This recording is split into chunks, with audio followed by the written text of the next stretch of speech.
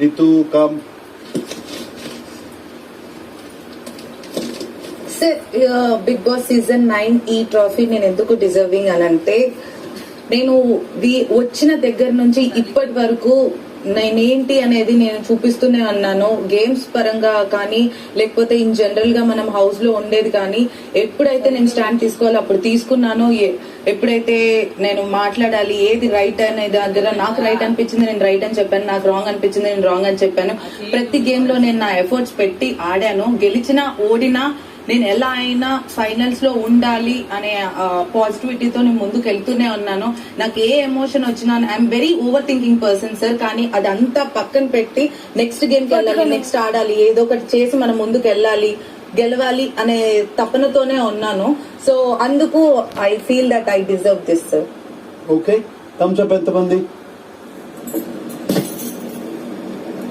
Thums down ఎంతమంది? 2 Thums down. Suman ఏంటి?